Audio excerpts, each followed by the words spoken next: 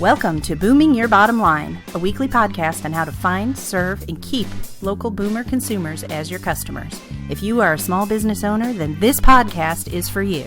Hosted by Mark Hager, CEO of Age in Place Networks, publisher of AgeInPlace.com, and expert consultant in the boomer consumer industry.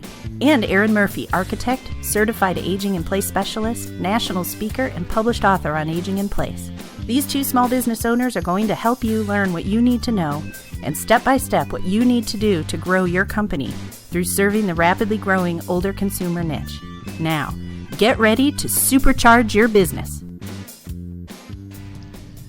Hello again, small business owners. We're back with a new topic that will give you insights that others aren't getting and help you get an advantage over your competition. I'm Mark Hager, owner of AgeInPlace.com and an expert business and consumer consultant in the boomer consumer industry. My co-host, Aaron Murphy, is a small business owner, a published author on Aging in Place, and a national speaker who has grown his own architectural business in the boomer segment significantly in the last 3 years, and now owns that space in his 5-county area. And he's done it by following some of the same tips that we're going to be talking to you about. This segment, How Well Do You Know Your Customers, will be a 3-part series, so be sure to tune in the following week so you can hear the whole thing. Now, we're busy, just like you, so let's go ahead and get started. Aaron, let's talk a little bit about why we need to know about our customers.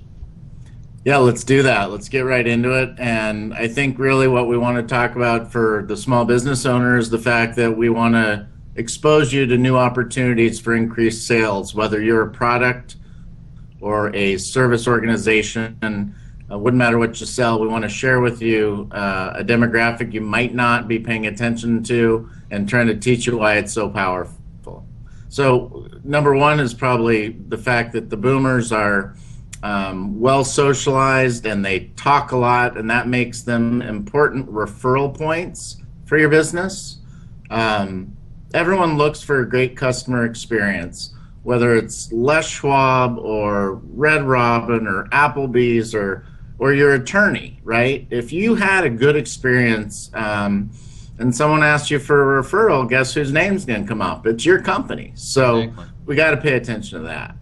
Exactly. And then I think the other part is that, the boomer as a consumer with money and voice and social influence, they're going to tell other people. And I think that good or bad, I think there's a rule it's 11 on the bad side and 1 to 3 on the good side. But so you got to be careful about your customer experience with your boomer. Exactly. So Aaron, I know that in your particular area that you have been able to capture a lot of this business, the universal design business for the older consumers. Can you talk a little bit about that and what that does for you? Yeah, right. So, I started empoweringthematuremind.com 2012, start of the year. So was 12, 13, 14, 3 years ago. And now I have in 3 different counties, and now I'm a service organization, right? I'm providing a professional service as an architect.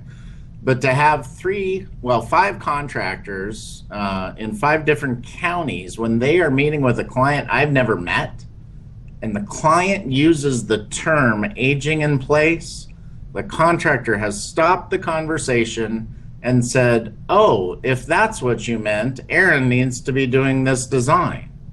Okay, that's branding, and that's what owning a space can look like for you. You have to be associated with that connection, right? People are making a connection. So we're going to teach you how to do that, just like I have. It's about 1/3 of my residential practice now, and we've done $3 million in construction work related to that. So we joked about it being $1 million a year. Well, in actual construction value it is, not to the fee to me, but the point is you can make a big difference in your business in a short amount of time, and we're going to teach you how. And that actually goes back to what we talked about in a previous episode about being the local expert or the go-to person, being right. Associated with the concept of staying in your home longer. Yeah. So, so we've talked about that. Let's talk a little bit about price. So with these consumers, there is it's not that they're not value conscious, but there's less focus on price. Let's talk about that. Correct. So, we mentioned in another podcast that boomers have about 5 times the net worth from a wealth perspective as the average U.S. citizen. They have earned and inherited more money than anybody else. Now that the recession's over, they have equity in their homes. Anyway, they're in a great position to purchase. They will spend more. They are not looking for the cheapest. They are looking for the best value. And value to them is perception, right? What am I getting for the price? It doesn't have to be $10 instead of $20. It has to be, wow, that $20 was worth 30 or 40, right? It's all mentality, and that we're going to get into that. It's emotion, it's perceived experience, it's comfort level, it's trust and rapport, it's all those things. Right. So I want you, the owner of your business, to ask yourself right this second, why would a boomer spend with you? What is different about you? What's the value you're giving that no one else is giving? And it can be the smile and the handshake. It can be the follow-up, right? It doesn't have to be that you're completely different as a grocery store than the next grocery store. But we got to get into this, or you're not going to capture this. Yeah. So, along those lines, the customer experience, that influences their perception, and how they feel as a result of their experiences with your company, is not just going to determine how well they spread your name. It's also going to determine, and maybe this goes without saying, but it's also going to determine how much they patronize you as a company. If you're somebody who's giving just a so-so or a poor customer experience, then they may not come back, or if they're limited options, they may only come back when they absolutely have to. But if they're excited about doing your business with your company because they've had a great experience and they feel awesome about what you've done for them or a family member or whatever, they're going to come back to you more. True. Yeah, and like I said a minute ago, it includes everything. It's emotional. It plays on their fears. This is a psychology thing. Mm-hmm. We have to solve problems. We have to alleviate pains or make them feel connected and a part of something. It's a personal interaction, and then it also is that financial feeling of what did I get for my money. And that list is significantly longer, but I know we try to keep this to 15 minutes for small bite-sized chunks. So again, I'd ask you, the owner of your business, you, the person listening to this podcast, how does your customer feel after dealing with your company? That is worth sitting with and answering very sincerely and getting some honest truths about your company. Absolutely. So we've talked a little bit about why we need to know. Let's talk about what do we need to know. Okay. Well, the boomer consumer as a demographic, the baby boomer is born from between 1946 and 64. They are now, for the last 3 years, have been turning 65, 4 years now, January 2011, been turning 65 at a rate of 10,000 people a day. They are financially capable, they are secure, they are social, they are busy. The many things we need to know about them. So let's dive into that part. How are they similar?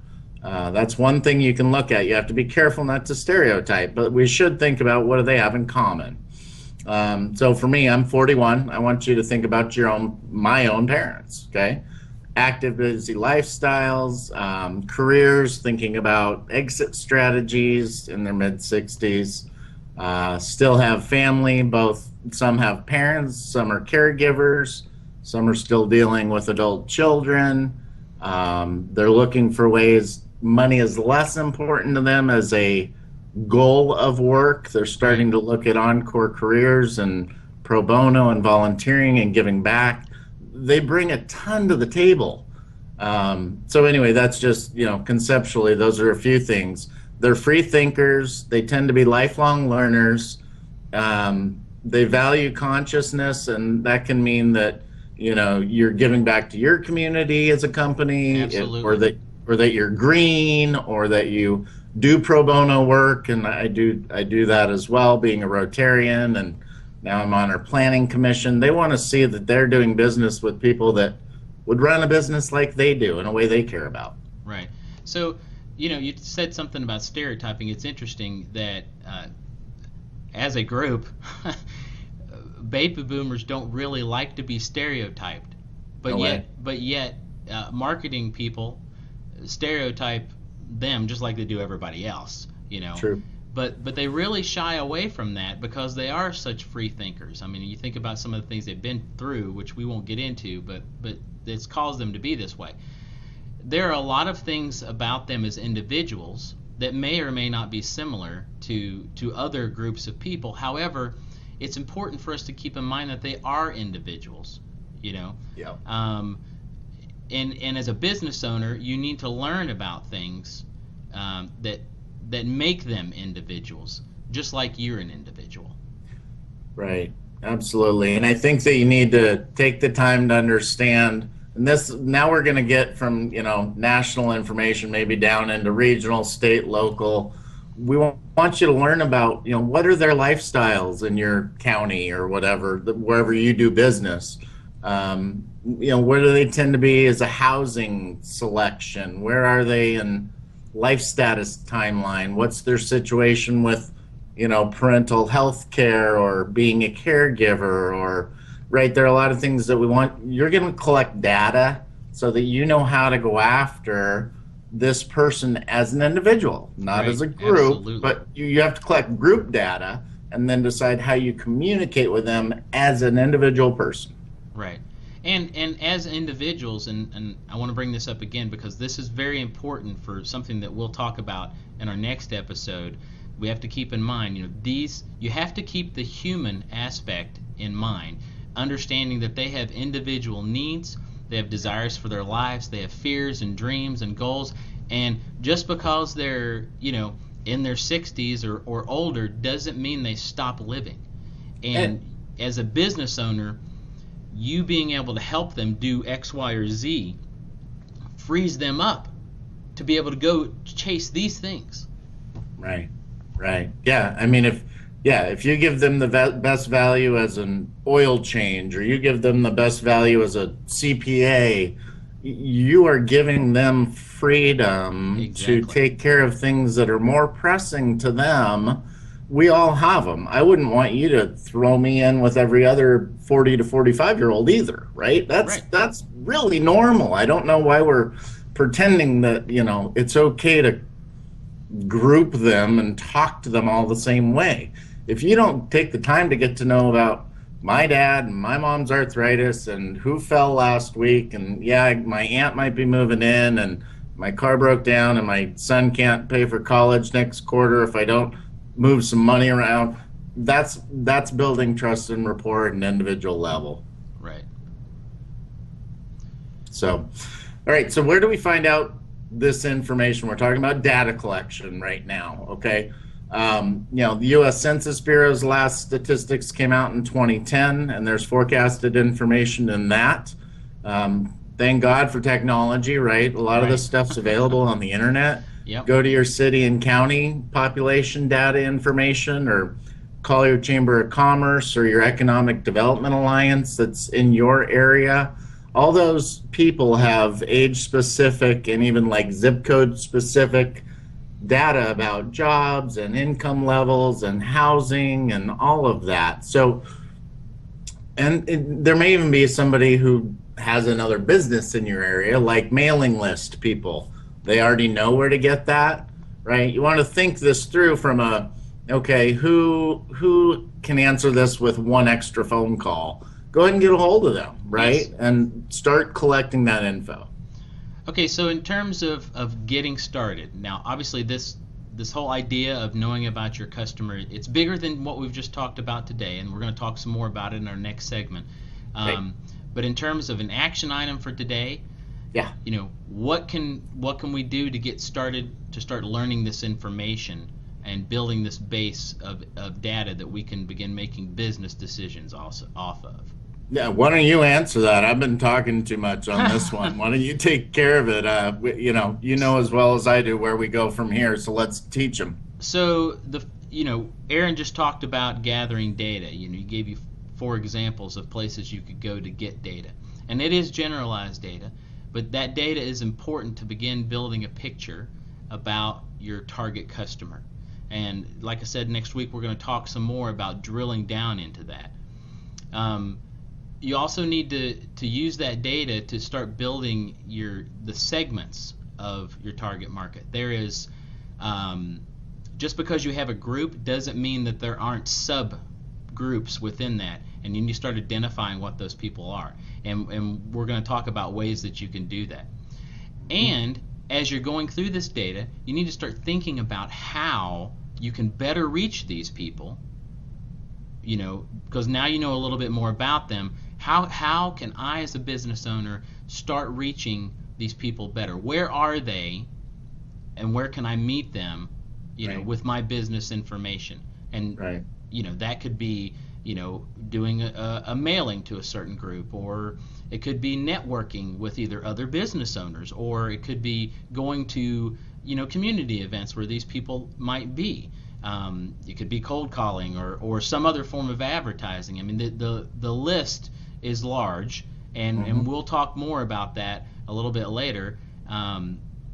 But one of the most important things you have to keep in mind is that by taking an action step today, by begin thinking about this, you're taking that first step to developing a deeper relationship with that customer. And that is what you want. And once you start doing that and you make that a habit, then the business that you're going to get out of this particular market segment is just going to continue to grow. Okay, so like Mark was saying, we're going to collect data as a group, and then we want to segment it, because if you do low-income housing, you're looking in a different area for where you're going to meet your next client or reach out to them than I am as an architecture client, right, for a new house or remodel. Exactly. So again, your goal is to collect data, segment that data, decide if there are different ways based on those segments that you want to reach out to them from an advertising or a contact perspective. And then at the end of the day, we're going to get into more of the psychology of this, and just how Mark and I both got where we are and why we feel like it's okay to teach and share this information with you. And again, if you didn't catch our credentials, go listen to the first podcast. We interview each other, and you'll get a grip of why we're here, and that's on the website as well. Mark, do you want to give them that? Yes, if you go to ageandplace.com/small business and look under the podcast host link, you will see information about both Aaron and I. Great. So we respect your time. We know you're really busy, and we strive to keep these segments in bite-sized chunks of about 15 minutes apiece so that you can take the time to actually collect the information, listen to it, swallow, digest that data. And we want to make sure that every week when you're with us, that you take the action item that we talked about this week before we talk again, because we are building a roadmap for you. We're building a blueprint that got us where we are with regard to the boomer consumer. So this part is part one of a 3-part series. Make sure you tune in next week. We're going to dig a little deeper into how you learn about your older customer and their family members, and we're going to cover some examples that could help you build profiles of your own customers. So in the meantime, take action on these pieces of advice, move that needle forward, get ahead of your competition, and catch the wave that is this amazing demographic. Go out and boom your bottom line. We'll see you next week. Have a great week, everybody. Thanks, Aaron. We'll see you. Thanks so much for listening to Booming Your Bottom Line with Mark Hager and Aaron Murphy. To learn more about starting, building, and growing a local business that profits in the older consumer niche, just visit the website at ageandplace.com/smallbusiness. And don't forget to sign up for the newsletter while you're there. If you'd like to get in contact with us, you can email us at smallbusiness@ageandplace.com. Fill out the contact form on the website or give us a ring at 865-236-1247. Booming Your Bottom Line is a joint venture of ageandplace.com and empowering the mature mind.